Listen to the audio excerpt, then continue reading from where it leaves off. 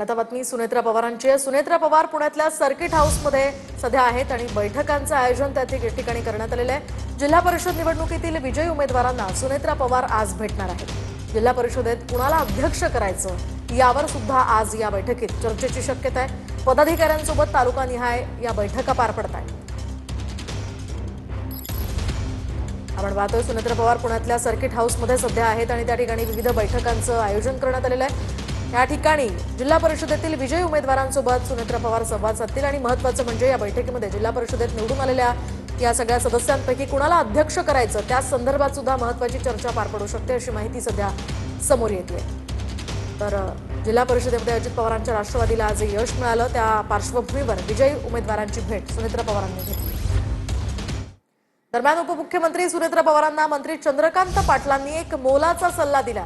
अजितदादांनी प्रशासनात आदरयुक्त धाक निर्माण केला होता आणि तोच धाक आता सुनेत्रा पवारांनी सुद्धा निर्माण करावा असा सल्ला पालकमंत्री म्हणून पुण्यात जिल्हा नियोजन समितीच्या बैठकीत चंद्रकांत पाटलांनी दिला।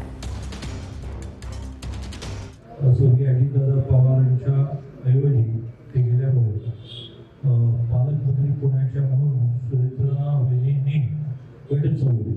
मी पुण्यात आमदार ऑनलाईन केली। मी त्यांना असंच म्हटलं की बाबा दादांनी खूप वर्षाच्या मेहनतीने आदरयुक्त घातले, तो आदरयुक्त तुम्हाला कधी ती वेळच नाही आली, पण लवकरात लवकर तुम्हाला तो आदरयुक्त घातले।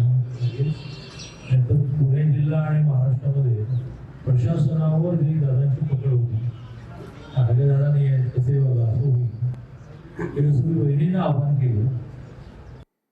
आणखी एक महत्त्वाची बातमी, पुणे आणि बीडच्या जिल्हा नियोजन समितींच्या बैठकीत पालकमंत्री सुनेत्रा पवारांनी या ठिकाणी अधिकाऱ्यांना सूचना केल्या। चांगल्या दर्जाची कामं वेळेत पूर्ण करण्याच्या सूचना यावेळी करण्यात आल्या। याच वेळी सुनेत्रा पवारांची कार्यशैली अजितदादांप्रमाणेच दिसून आली। दादांसारखी शिस्त आणि चोखपणा सुनेत्रा पवारांमध्ये सुद्धा पाहायला मिळाला। शरद पवारांना आज रुग्णालयातनं डिस्चार्ज मिळण्याची शक्यता आहे। आज दुपारी पवारांना रुग्णालयातनं डिस्चार्ज मिळू शकतो अशी माहिती आहे। शरद पवारांच्या प्रकृतीत आता सुधारणा झाल्याची सुद्धा माहिती आहे। दरम्यान खोकला आणि श्वसनाच्या त्रासामुळे पवारांनी पुण्यातील रुबी रुग्णालयामध्ये त्यांना दाखल करण्यात आलेलं होतं आणि त्यांच्यावर उपचार सुद्धा सुरू होते।